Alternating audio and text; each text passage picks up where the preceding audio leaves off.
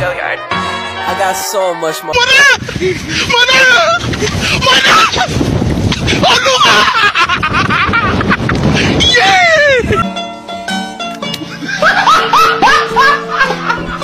Are you ready, kids? Aye, aye, Captain! I can't hear you! Aye, aye, Captain! Oh!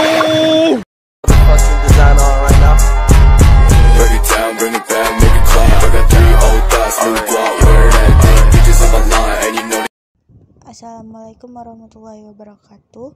Di sini saya akan mempresentasikan hasil tugas saya, yaitu fungsi perencanaan dalam manajemen perusahaan, mata kuliah Manajemen Pengendalian Usaha, Khalilul Kholik, SE, SH, MH. PPT ini disusun oleh saya sendiri, Windy Aryani, NPM 2115310334, kelas 4 reguler 1, klaster 3B. Latar belakang. Setiap organisasi perlu melakukan sesuatu perencanaan dalam setiap kegiatan organisasinya, baik perencanaan produksi, perencanaan rekrutmen karyawan baru, program penjualan produk baru maupun perencanaan anggarannya. Perencanaan atau planning merupakan proses dasar bagi organisasi untuk memilih sasaran dan menetapkan bagaimana cara mencapainya. Oleh karena itu, perusahaan harus menetapkan tujuan dan sasaran yang hendak dicapai sebelum melakukan proses perencanaan. Pembahasan. A. Pengertian perencanaan. B. Fungsi dari perencanaan. C. Persyaratan perencanaan. D. Melakukan perencanaan. E. Alat bantu bagi perencanaan.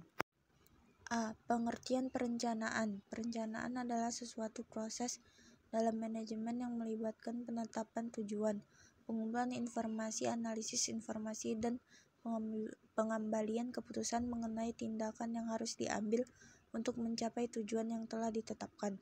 Dalam konteks bisnis, perencanaan adalah suatu kegiatan yang dilakukan oleh manajemen untuk menentukan tujuan jangka panjang dan jangka pendek, serta strategi untuk mencapai tujuan tersebut. Perencanaan dapat berupa perencanaan strategis, perencanaan taktis, dan perencanaan operasional. B. Fungsi dari perencanaan. Beberapa fungsi perencanaan yang penting di dalam suatu organisasi atau pemerintah adalah sebagai berikut. 1. Membantu mencapai tujuan. 2. Meningkatkan efektivitas dan efisiensi.